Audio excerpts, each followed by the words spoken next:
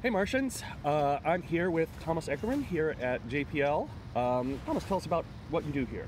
So I am a mechanical engineer at JPL. I work in the additive manufacturing group, which basically means, I think everybody knows that subtractive manufacturing is you take away material to make a part, and additive is we add material. You add layers of material with the laser and it could be metal powder, it can be polymer. It's 3D printing. Yeah, 3D printing, that's what I do here. I do design for that and lightweighting. So anyone who knows anything about space is that it's really expensive to get up there, especially when things are heavy. So I think I just saw a statistic yesterday where it said getting a 1 kilogram object into lower Earth orbit, so not even escape velocity yet, is about $22,000. Yeah. So, if I'm doing a project that's going into lower Earth orbit and I can save 4 kilograms, I basically, my salary right there. There we go. Right, a little bit and that. So I paid for myself at JPL. Absolutely. So. How long have you been here? I've been here 2 years. So I was an intern in the summer of 2015, and then they hired me on full time, and I've been here for 2 years. In January, about 2 years. Very exciting. Great. And how's been your experience as a gay man at JPL and in Southern California?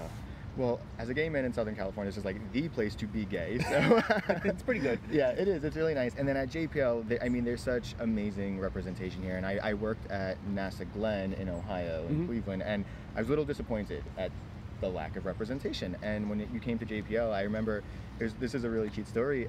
My orientation, so they have like a group of people and they bring you around, it's like a full day. They show you all the things about being a JPLer. And I remember there was this one girl there, this woman, and she had pants on and a nice shirt. Her hair was cut short, and I'm just like looking at her. I'm like, I don't want to stereotype. I'm like, so I inched my way closer to her, and I was just like, small talk, whatever. And I was just like, oh yeah, my boyfriend's gonna be visiting me. And she looked at me, she gave me the side eye. She was like, my wife's gonna be visiting me. And I was like, oh my God, yes. I was like, I found one. And so we're actually still friends. Like, and there's a lot here. Yeah, there's the whole spectrum. There's group not here. Like 3. Yeah, no, I mean, and there's. We're not the only ones. We're not the only ones, and there's trans people here. Yes. There's people who are gender non-binary, and it's just a.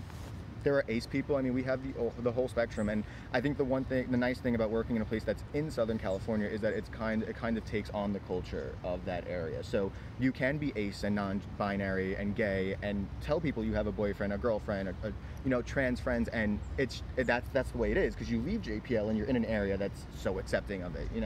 So I'm really excited to work here. And I find that here, when I first interact with somebody, because JPL's a big place, there's over 5,000 people here, and when I first interact with somebody, it's on a professional level, and they get to know me through and each other through our professional competencies and our personal interaction style. It's usually only later that the fact that I'm gay comes out, because I don't normally wear this pin like on a normal work day.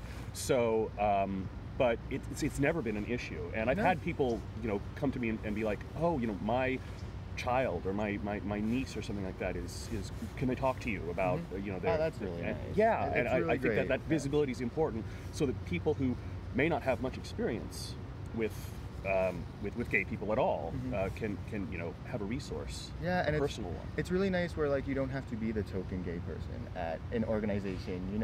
We do have a community here, and I think that's if I have any advice for anyone going into any into school, I mean, if you're in high school, if you're going to college, find your community. If that means you find a group of gays that you like to watch drag race with, it's really important. It's okay to say, I need to be around my community this weekend.